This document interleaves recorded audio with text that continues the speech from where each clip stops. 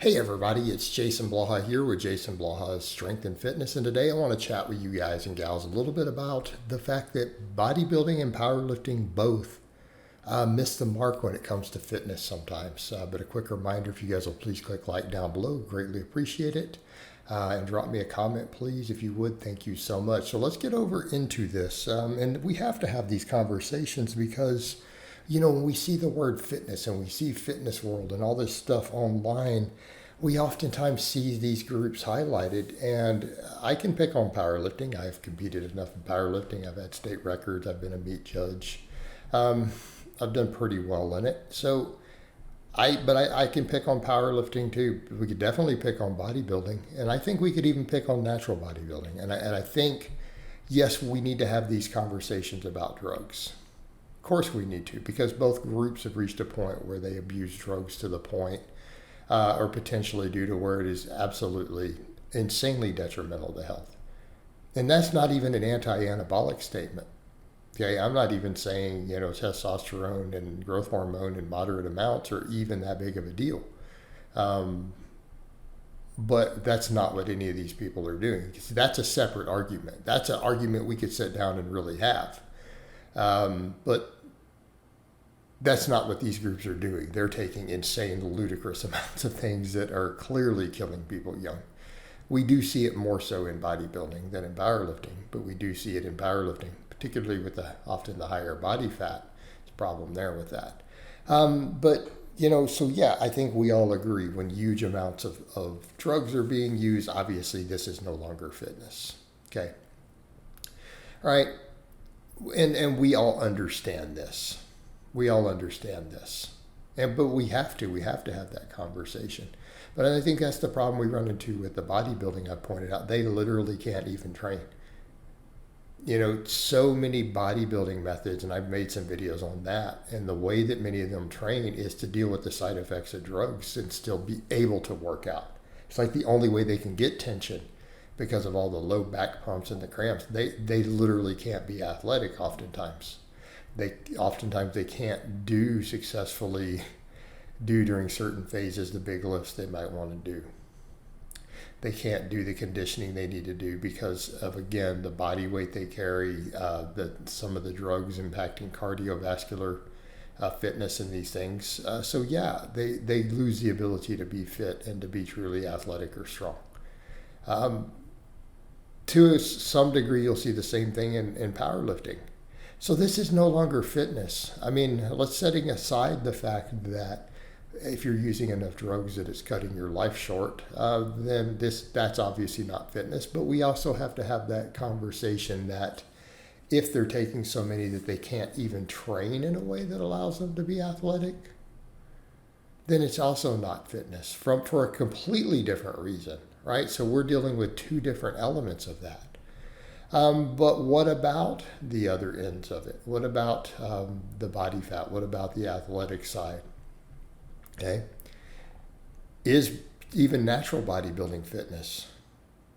How many prep coaches, truly good natural bodybuilding prep coaches, admit the contest prep is horrible for your hormones and your health? I know some guys who make good livings even coaching natural bodybuilders out there who will point out the same thing. They're like, look, I tell my competitors we can only compete so often because it's harmful to you. And they're prep coaches. They make their living coaching, and it's their passion. Like, this is my passion. But I'll be the first to admit, hey, we sometimes need to take 2 years off from stepping on a stage because of the impact. You start trying to do sometimes 3 shows in a year, it's going to impact you horribly because you're getting too lean. You're getting too depleted. All right, you can't go to those body fats. This is natural bodybuilders, and these are some of the really experienced coaches I know say that. They're like, this is not good. This is what we do. It's our passion, but it's not healthy at this point. Okay? And I know people will say, well, competing in anything, competition takes priority over health. That's true, but not all competitions are unhealthy, meaning there's plenty of sports you can compete at a pretty reasonable level without compromising your health. We all understand this, right? Do we grasp this? Competing at the state level in powerlifting doesn't have to compromise your health in any way. That's what I mean. Doing a 5K, competing in a 5K, you could do 10, 12, 15 5Ks every year. You could do 3 or 4 marathons every year with no compromise on your health. So no, it's not a default assumption, unless it's a contact sport, that, competing in some sport is automatically going to be counterproductive to health. Like, sorry dudes, running a 5K once a month is it's not gonna negatively affect your health. Come on, stop. So we're talking elite levels of sports, then sure, to some extent. But that's the problem, even with the bodybuilding. This is no longer fit. It's not fitness at that point. If your endocrine system and immune system and everything are compromised because of how lean you had to get, this is no longer fitness. And we have to understand that. We can make the same case for powerlifting. How many powerlifters in the pursuit of powerlifting get too fat? Understand this has improved in recent generations. Okay? We have gotten now to a point where in weight classes you see quite lean powerlifters, right? But we also see the other extreme. We see dudes guys and gals who are way too fat, to the point where it compromises their health, and it's still rewarded.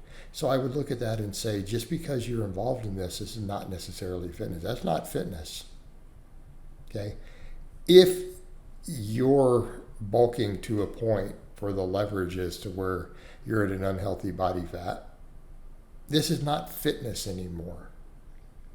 And please note, people want to go to the extremes. They'll point out the other extreme. Well, bodybuilders get this shredded and it's bad. And then the bodybuilders will point out that, well, some powerlifters get so fat and it's bad. It's like, yeah, that's true, but that doesn't mean what you're doing is healthy. There's a large middle ground, okay? There's an enormous middle ground between a 30% body fat powerlifter and a contest rep bodybuilder. There's an absolutely massive middle ground between these two. Do we all understand this? Right? Let's not pretend the middle doesn't exist. You do realize it's possible to be 15% body fat, guys, right? I know, it's a shock. And it's way healthier than either one of those. So, you have that context. What about the same thing with the powerlifters who don't do cardio? It's like the bodybuilders who don't ever do anything athletic. Right? Powerlifters who are afraid of cardio. Like this, you're not fit. You have no place with the term fitness. Okay? If you have fitness in your tag and you don't do cardio, just stop. You have no business using that. You can call it powerlifting, and I think that's fair. But I think we have to have these conversations. Okay? For a bodybuilder, if you're not strong in doing big movements, you're not fit. If your idea of cardio is a slow walk on a treadmill, you don't do anything else outside of that because the drugs won't let you, you're not fit. Okay? Powerlifters, you don't do cardio because, it'll kill my gains. No, it won't. No, it won't. It won't kill your strength either. But you're not fit. Right? You have no business using the term. If we're going to use the term fit, we actually have to care about all these things. If you want to truly use the term fit or fitness, you need to be strong. You need to be reasonably athletic. You need to be cardiovascularly fit. You need to eat a healthy diet. I count my macros. Come on, just stop. Healthy diet. You need to have a healthy lifestyle. Okay? And all too often, people involved in these endeavors, even particularly obviously at the elite levels, have no business with the term fitness. Right? They don't represent anything related to fitness. And I think those of us who want to be fit, we have to remember that. We have to remember that in that context. And ask ourselves, are we being truly fit? And are these endeavors always a good representation of that?